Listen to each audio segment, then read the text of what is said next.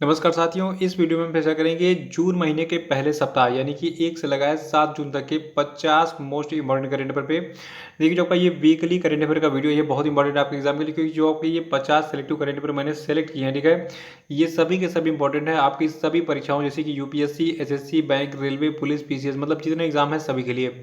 तो शुरू से लास्ट तक वीडियो में बने रहिए और इस वीडियो को पूरा देखने के बाद आप इसकी पीडीएफ फाइल जो है वो भी डाउनलोड कर सकते हैं फ्री में बिल्कुल। नीचे डिस्क्रिप्शन बॉक्स में आपको इस वीडियो की पीडीएफ लिंक मिल जाएगी और इस वीडियो की पीडीएफ आप हमारे टेलीग्राम चैनल से भी डाउनलोड कर सकते हैं। नीचे डिस्क्रिप्शन बॉक्स में टेलीग्राम चैनल की लिंक दी गई है, वहाँ पे क्लिक कीजिए और टेलीग्राम चैनल को ज्वाइन कर लीजिए ताकि आपको यहाँ से भी कई सारे अपडेट मिलते रहें जीएस और करंट अफेयर के, और कई सारे पीडीएफ के लिंक और पीडीएफ भी मिलते रहें। और अगर आप इस चैनल पर नए हैं तो चैनल को भी सब्सक्राइब करके बेल आइकन प्रेस कर दीजिएगा और वीडियो को लाइक करके इसके लिंक को कॉपी करके सभी व्हाट्सएप, फेसबुक और टेलीग्राम ग्रुप में शेयर भी कर दीजिएगा। तो चलिए शुरू करते हैं इस वीडियो को। देखिए पहला प्रश्न हमारा है कि हाल ही में किस देश ने अफ्रीकन स्वाइन फीवर के खतरे का हवाला देते हुए भारत से जो है सूअर के मांस के आयात पर प्रतिबंध लगाया है। तो देखिए ये देश आपका चीन यानी कि चाइना है। और देखिए अभी हाल ही में जो भारत का असम राज्य है, तो यहाँ पर जो है अफ्रीकन स्वाइन फीवर से लगभग 15,000 से अधिक सूअरों की मृत्यु हो गई थी। तो इसी का हवाला देते हुए चीन ने कहा है कि अब जो है हम भारत से सूअर का मांस नहीं खरीद सकते हैं, ठीक है। दूसरा है कि हाल ही में किस देश ने G7 देशों के साथ कृत्रिम बुद्धिमत्ता के उपयोग के लिए नैतिक दिशा निर्देश निर्धारित करने के लिए global partners on artificial intelligence पर जो है एक वैश्विक भागीदारी की शुरुआत की है। तो देखिए ये देश आपका अमेरिका है। याद रखिएगा कि अमेरिका जो है इसने अभी हाल ही में G7 देशों के साथ मिलकर जो है कृत्रिम बुद्धिमत्ता यानी कि आर्टिफिशियल इंटेलिजेंस के उपयोग के लिए जो है नैतिक दिशा निर्देश निर्धारित करने के लिए अभी हाल ही में global partners on artificial intelligence पर एक वैश्विक भागीदारी की शुरुआत की। और तीसरा प्रश्न है कि विश्व दुग्ध दिवस जो है ये किस तिथि को मनाया जाता है। तो देखिए जो आपका विश्व दुग्ध दिवस है ये 1 जून को हर साल मनाया जाता है। और 2020 का जो आपका विश्व दुग्ध दिवस था, तो इसका विषय यानी कि थीम था 20th anniversary of world milk day यानी कि विश्व दुग्ध दिवस की 20वीं वर्षगांठ। और चौथा प्रश्न है कि ग्लोबल डे ऑफ पेरेंट्स जो है ये किस तिथि को मनाया जाता है। तो देखिए जो आपका ग्लोबल डे ऑफ पेरेंट्स है इसको मनाते हैं 1 जून को ही। और 2020 के लिए ग्लोबल डे ऑफ पेरेंट्स की थीम रही appreciate all parents through out the world. और देखिए जो आपका ये खास दिवस है ग्लोबल डे ऑफ पेरेंट्स, तो देखिए इसकी शुरुआत जो है की गई थी साल 2012 में यूनाइटेड नेशंस यानी कि संयुक्त राष्ट्र महासभा के द्वारा। पांचवा है कि हाल ही में किसके द्वारा माई लाइफ माई योगा शीर्षक से एक वीडियो ब्लॉगिंग प्रतियोगिता का शुभारंभ किया गया।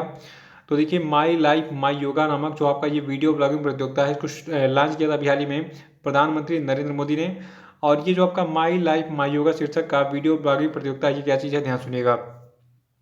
देखिए जो आपका ये प्रतियोगिता है इसमें हिस्सा लेने के लिए आपको जो है विभिन्न सोशल मीडिया प्लेटफॉर्मों जैसे कि फेसबुक, इंस्टाग्राम और ट्विटर पर अपना एक जो है 3 मिनट का वीडियो बनाकर अपलोड करना होगा। और ये वीडियो क्या चीज़ होगा, देखिए इस वीडियो में आप जो है जो योग करते हैं डेली, जो आसन आप डेली करते हैं उसके बारे में आपको दिखाना हो कि मैं ये फलाना योग करता हूँ और इससे जो है मेरे जीवन में ये बदलाव आया है।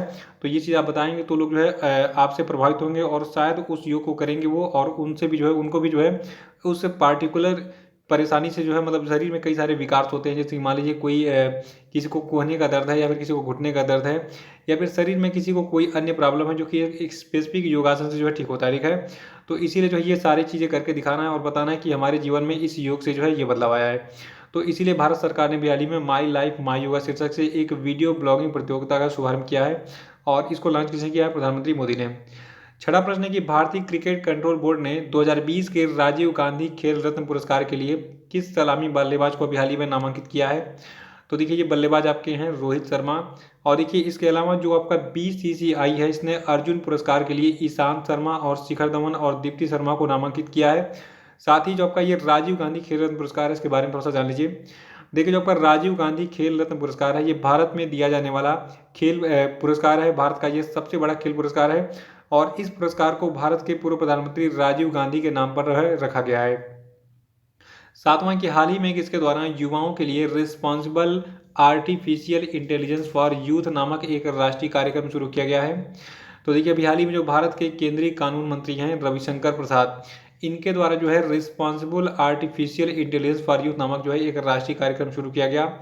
और देखिए इस कार्यक्रम को युवाओं के लिए राष्ट्रीय ई गवर्नेंस डिवीजन, इलेक्ट्रॉनिक्स और आईटी मंत्रालय द्वारा इंटेल इंडिया के साथ मिलकर जो है मानव संसाधन विकास मंत्रालय के स्कूल शिक्षा और साक्षरता विभाग के समर्थन से तैयार किया गया है। और देखिए इस कार्यक्रम का उद्देश्य भारत के युवाओं को कृत्रिम बुद्धिमत्ता यानी कि आर्टिफिशियल इंटेलिजेंस का जो है ज्ञान देने में सक्षम करेगा। और 8वां प्रश्न है कि हाल ही में किसे भारतीय खाद्य सुरक्षा और मानक प्राधिकरण यानी कि food safety and standards authority of India का मुख्य कार्यकारी अधिकारी जो है अपॉइंट किया गया है। तो देखिए ये व्यक्ति आपके हैं अरुण सिंघल, और देखिए जो आपके अरुण सिंघल इन्होंने इस पद पर जो है GSG अयंगर का स्थान लिया है। और 9वां प्रश्न है कि किस व्यक्ति को India infrastructure finance company limited के प्रबंध निदेशक के रूप में नियुक्त किया गया है। तो देखिए ये व्यक्ति आपके हैं PR जयशंकर। याद रखिएगा कि PR जयशंकर को India infrastructure finance company limited के प्रबंध निदेशक के रूप में हाल ही में अपॉइंट किया गया है। 10वां कि हाल ही में किसे भारतीय लघु उद्योग विकास बैंक यानी कि small industry development bank of India का उप प्रबंध निदेशक नियुक्त किया गया है। तो देखिए ये व्यक्ति आपके हैं वसंत राव सत्य वेंकट। याद रखिएगा कि वसंत राव सत्य वेंकट को सिडबी यानी कि small industry development bank of India का जो है उप प्रबंध निदेशक अपॉइंट किया गया हाल ही में। और 11वां प्रश्न है कि हाल ही में किस व्यक्ति को भारतीय निर्यात आयात बैंक यानी कि जो आपका एग्जिम बैंक है यानी कि export import bank of India, ठीक है, तो इसके उप प्रबंध निदेशक के रूप में नियुक्त किया गया है। तो देखिए ये व्यक्ति आपके हैं हर्ष बंगारी। याद रखिएगा कि जो आपका एग्जिम बैंक है इसके नए उप प्रबंध निदेशक कौन अपॉइंट हुए हैं? हर्ष बंगारी। और देखिए इस प्रश्न का उत्तर आपको पता है कमेंट बॉक्स में बताते हुए चलिए, इससे आपका रिवीजन भी तो चलेगा। तो 12वां प्रश्न है कि हाल ही में किस व्यक्ति को industrial finance corporation of India यानी कि IFCI के उप प्रबंध निदेशक के रूप में नियुक्त किया गया है। देखिए जितनी नियुक्तियां हैं ये सभी एग्जाम के लिए इंपॉर्टेंट है, इसको आप नोट करते रहिएगा। देखिए अभी हाल ही में सुनील कुमार बंसल को जो है industrial finance corporation of India के उप प्रबंध निदेशक के रूप में अपॉइंट किया गया है। 13वां की हाल ही में मौसम विभाग ने किस चक्रवाती तूफान के महाराष्ट्र और गुजरात से टकराने की चेतावनी दी है? तो देखिए तूफान का नाम निसर्ग है, और ये चक्रवाती तूफान जो है ये 129 वर्षों में जून महीने में महाराष्ट्र को हिट करने वाला पहला उष्णकटिबंधीय जो है चक्रवात था, ठीक है। 14वां प्रश्न है कि फोर्ब्स के द्वारा जारी की जाने वाली दुनिया के शीर्ष 100 सबसे अधिक भुगतान पाने वाले खिलाड़ियों की सूची में शामिल होने वाले एकमात्र क्रिकेटर कौन है? तो देखिए ये क्रिकेटर आपके हैं विराट कोहली। और देखिए इस सूची में विराट कोहली जो है ये 26 मिलियन अमेरिकी डॉलर की अनुमानित आय के साथ 66वें स्थान पर है, ठीक है, ये नोट कर लीजिएगा, 66वें स्थान पर है। और देखिए स्विट्जरलैंड के एक टेनिस स्टार हैं जिनका नाम है रोजर फेडरल, ये जो है 106.3 मिलियन अमेरिकी डॉलर की अनुमानित आय के साथ वर्ष 2020 में दुनिया के सबसे अधिक भुगतान पाने वाले खिलाड़ियों की सूची में सबसे ऊपर यानी कि पहले स्थान पर है। 15वां प्रश्न है कि हाल ही में किसके द्वारा खेलो इंडिया ई पाठशाला कार्यक्रम का उद्घाटन किया गया? तो देखिए इस खेलो इंडिया ई पाठशाला कार्यक्रम का उद्घाटन किया गया है किरण रिजिजू के द्वारा, जो कि वर्तमान में भारत के केंद्रीय युवा कार्य और खेल मंत्री हैं। और देखिए आपका ये खेलो इंडिया ई पाठशाला कार्यक्रम है, तो देखिए ये जो है देश भर के सभी जमीनी स्तर के एथलीटों के लिए भारत का पहला राष्ट्रीय स्तर का ओपन ऑनलाइन कोचिंग और शिक्षा कार्यक्रम है। 16वां प्रश्न है कि हाल ही में किस व्यक्ति को भारत सरकार के इस्पात मंत्रालय का सचिव नियुक्त किया गया है?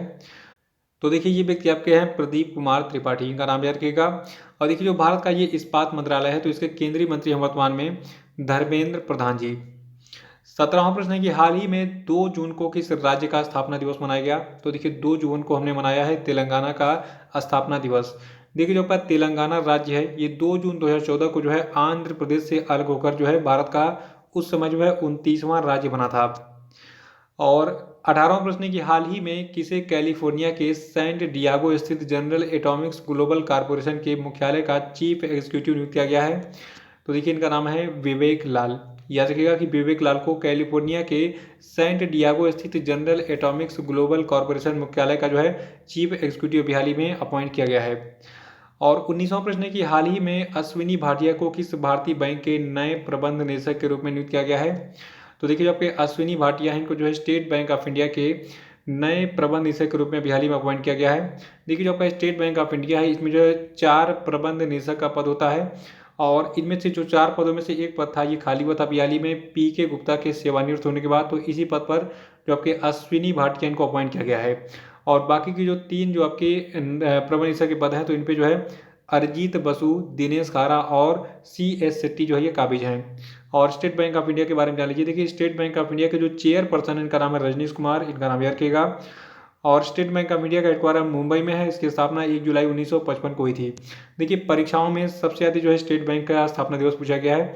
याद रखिएगा कि स्टेट बैंक ऑफ इंडिया की स्थापना 1 जुलाई 1955 को हुई थी। 20वां प्रश्न है कि हाल ही में किसके द्वारा चैंपियंस नाम का एक पोर्टल लॉन्च किया गया है। तो देखिए इस चैंपियन पोर्टल को लॉन्च किया गया है नरेंद्र मोदी के द्वारा। और देखिए जो आपका ये चैंपियन पोर्टल लॉन्च किया गया तो इसमें चैंपियन का फुल फॉर्म भी है जो कि एग्जाम में पूछा जाएगा, ध्यान सुनेगा। देखिए जो आपका चैंपियन है इसका पूरा नाम है creation and harmonious application of modern processes for increasing the output and national strength. तो चैंपियन का पूरा नाम याद रखिएगा। और देखिए जो आपका ये पोर्टल है चैंपियन, ठीक है, तो ये जो है उन micro small and medium enterprises unit की जो है पहचान कर उनकी मदद करेगा जो कि आज कोविड-19 जैसी विषम परिस्थितियों से निकलकर अंतर्राष्ट्रीय स्तर पर चैंपियन बन सकते हैं। 21वां प्रश्न है कि हाल ही में किस बैंक ने भारत में डायरेक्ट टू होम यानी कि डीटीएच टेलीविजन सेवा प्रदान करने वाली डिश टीवी इंडिया लिमिटेड में कुल 24.19% हिस्सेदारी का अधिग्रहण किया है। तो देखिए इसका अधिग्रहण किया है यस बैंक लिमिटेड ने। 22वां कि हाल ही में ब्रिटेन में भारत के अगले उच्चायुक्त के रूप में किसे नियुक्त किया गया। तो देखिए ब्रिटेन में जो भारत की नई उच्चायुक्त बनी है इनका नाम है गायत्री आई कुमार और इन्होंने इस पद पर जो है रुचि घनश्याम का स्थान लिया है। 23वां प्रश्न है कि कुवैत में भारत का नया राजदूत किसे नियुक्त किया गया है। तो देखिए कुवैत में जो भारत के नए राजदूत बने हैं इनका नाम है सीबी जॉर्ज और इन्होंने इस पद पर के जीवा सागर का स्थान लिया है। 24वां कि हाल ही में किसे फिनलैंड में भारत का नया राजदूत नियुक्त किया गया। देखिए फिनलैंड में जो आपके भारत के नए राजदूत बने इनका नाम है रवीश कुमार और इन्होंने इस पद पर वानी राव का स्थान लिया है। 25वां कि किस व्यक्ति को पपुआ न्यू गिनी में भारत का उच्चायुक्त नियुक्त किया गया है।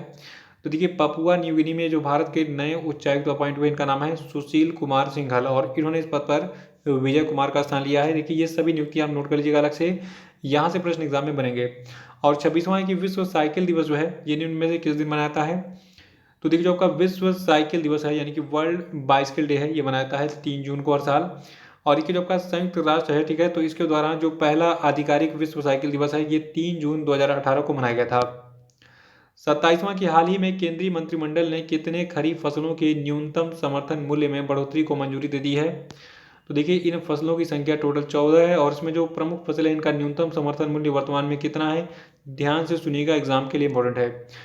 देखिए अभी हाल ही में केंद्रीय कैबिनेट ने जो है फसल वर्ष 2020-21 के लिए जो आपका धान का मिनिमम सपोर्ट प्राइस है यानी कि एमएसपी है तो इसको किया है 1868 रुपये प्रति क्विंटल।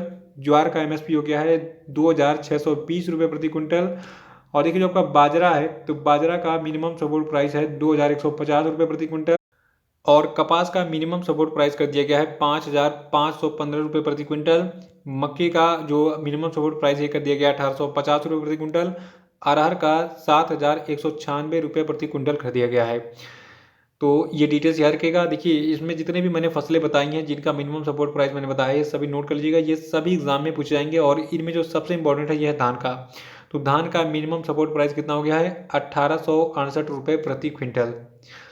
और 28वां प्रश्न है कि हाल ही में किसी IIFL यानी कि इंडिया इन्फोलाइन लिमिटेड का ब्रांड एम्बेसडर बनाया गया है। तो देखिए ये व्यक्ति आपके हैं रोहित शर्मा जी। और 29वां प्रश्न है कि हाल ही में किस राज्य सरकार ने अपने राज्य के सभी गांवों में स्वास्थ्य मित्र नियुक्त करने की घोषणा की है।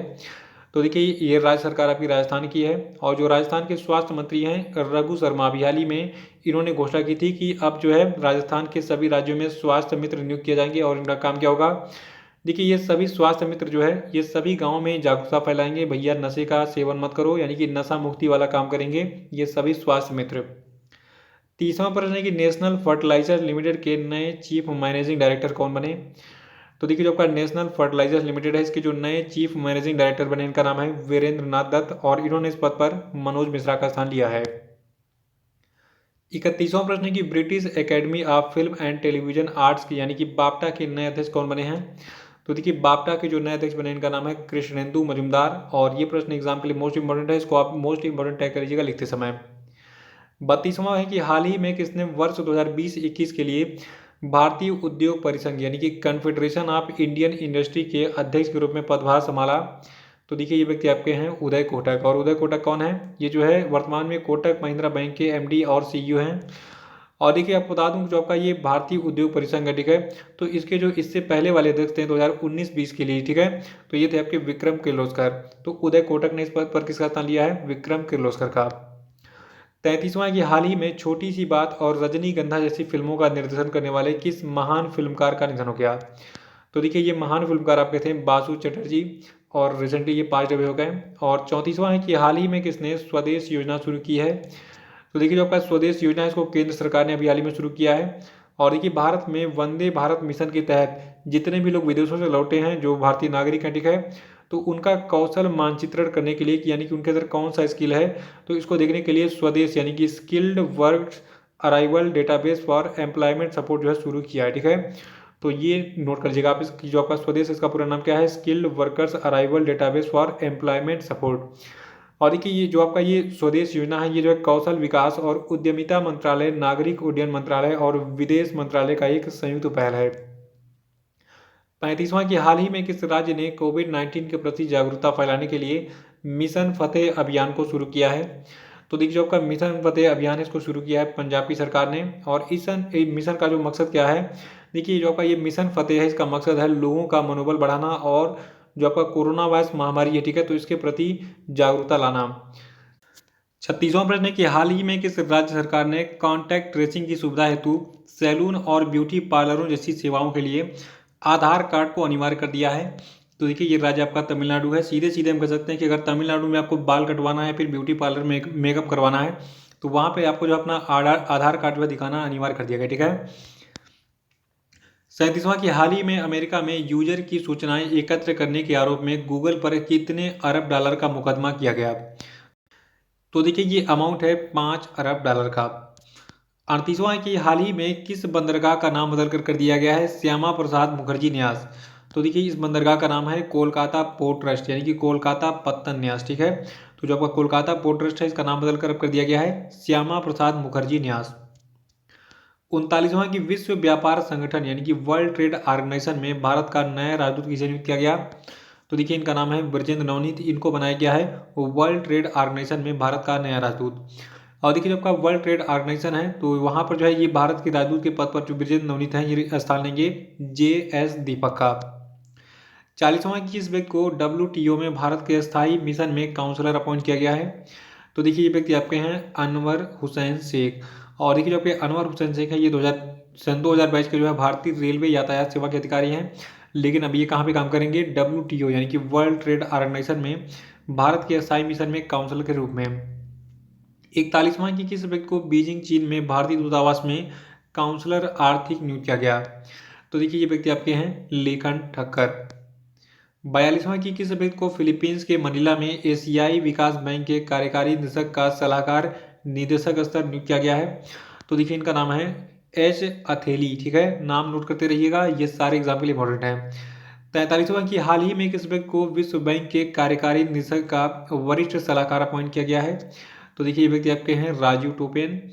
और 44वां की हाल ही में किसे ब्रुसेल्स बेल्जियम में भारतीय दूतावास में सलाहकार उद्योग और इंजीनियरिंग अपॉइंट किया गया है। तो देखिए ये व्यक्ति आपके हैं N अशोक कुमार जी। और देखिए आपको बता दूं जो आपके N अशोक कुमार हैं ये 2004 बैच के मणिपुर कैडर के एक जो है IAS ऑफिसर हैं। 45वां की कौन सा राज्य गरीबी रेखा के नीचे रहने वाले लोगों को फ्री इंटरनेट प्रदान करने वाला भारत का पहला राज्य बन गया है। तो देखिए जो आपका केरल है ये गरीबी रेखा के नीचे जितने भी लोग रहते हैं यानी कि जितने भी BPL यानी कि बिलो पॉवर्टी लेवल के परिवार हैं, ठीक है, जिनके पास सफ़ेद वाला राशन कार्ड होता है तो उन सभी को फ्री इंटरनेट प्रदान करने वाला जो है जो केरल है ये भारत का पहला राज्य बन गया है। 46वां की किस संस्था के द्वारा जनवरी 2021 में यूनिक ट्विन समिट की मेजबानी की जाएगी। तो देखिए ये संस्था आपकी है वर्ल्ड इकोनॉमिक फोरम। और जो आपका ये यूनिक ट्विन समिट होगा तो देखिए सम्मेलन का विषय होगा द ग्रेट रीसेट। 47वां की हाल ही में किस बैंक ने पेमेंट्स इंफ्रास्ट्रक्चर डेवलपमेंट फंड बनाने की घोषणा की है। तो देखिए जो आपका ये पेमेंट इंफ्रास्ट्रक्चर डेवलपमेंट फंड होगा इसको बनाएगा भारतीय रिजर्व बैंक यानी कि रिजर्व बैंक ऑफ इंडिया। 48वां ग्लोबल वैक्सीन समिट 2020 की मेजबानी किस देश ने की। तो देखिए जो आपका ग्लोबल वैक्सीन समिट 2020 था इसकी मेजबानी ब्रिटेन ने की थी। और जो ब्रिटेन के प्रधानमंत्री हैं इनका नाम है बोरिस जॉनसन। इन्होंने जो है इस ग्लोबल वैक्सीन समिट 2020 की अध्यक्षता की थी। और इस समिट में भारत का प्रतिनिधित्व किया था भारत के प्रधानमंत्री नरेंद्र मोदी ने। और देखिए इस वर्चुअल समिट के दौरान भारत ने अंतर्राष्ट्रीय टीकाकरण सहयोग के लिए जो है कुल 15 मिलियन अमेरिकी डॉलर का जो है योगदान देने की घोषणा की थी। ये अमाउंट याद रखिएगा। 49वां की हाल ही में किस राज्य की पुलिस ने डिप्रेशन से ग्रस्त पुलिस कर्मियों के लिए अभी हाल ही में स्पंदन अभियान शुरू किया। तो देखिए स्पंदन अभियान को शुरू किया है छत्तीसगढ़ की पुलिस ने। याद रखिएगा छत्तीसगढ़ की पुलिस ने जो है स्पंदन अभियान शुरू किया है। और देखिए जो आपका ये स्पंदन अभियान है, इसके अंतर्गत जो छत्तीसगढ़ पुलिस के जो वरिष्ठ अधिकारी हैं, ये जो है छत्तीसगढ़ के जो कांस्टेबल या फिर छोटे पुलिसकर्मी हैं, छोटे पद वाले, ठीक है, उनसे ये मुलाकात करेंगे, पूछेंगे भैया तुम्हें कोई फ्रस्ट्रेशन वगैरह तो नहीं है। तो उनका डिप्रेशन और उनको जो है तनाव से मुक्त करने के लिए स्पंदन अभियान किसने चलाया है? छत्तीसगढ़ की राजकीय पुलिस ने, ठीक है। और 50वां प्रश्न है कि किस तिथि को विश्व पर्यावरण दिवस के रूप में मनाया जाता है? तो देखिए ये तिथि आपकी है 5 जून। हर साल 5 जून को मनाते हैं विश्व पर्यावरण दिवस के रूप में। और 2020 के लिए विश्व पर्यावरण दिवस की थीम क्या थी? बायोडाइवर्सिटी यानी कि जैव विविधता। और देखिए जो आपका पहला विश्व पर्यावरण दिवस है ये 5 जून 1974 को मनाया गया था। तो इसी के साथ ये वीडियो ही समाप्त होता है। आपको ये वीडियो कैसा लगा कमेंट बॉक्स में जरूर बताइएगा, और वीडियो को लाइक और शेयर भी कर दीजिएगा, ठीक है। और बाकी जो हमारा टेलीग्राम चैनल है इसकी लिंक आपको मिलेगी नीचे डिस्क्रिप्शन बॉक्स में, वहाँ पे क्लिक करके इसको ज्वाइन करके वहाँ पे बहुत सारे PDF पड़े उनको डाउनलोड भी कर लीजिएगा।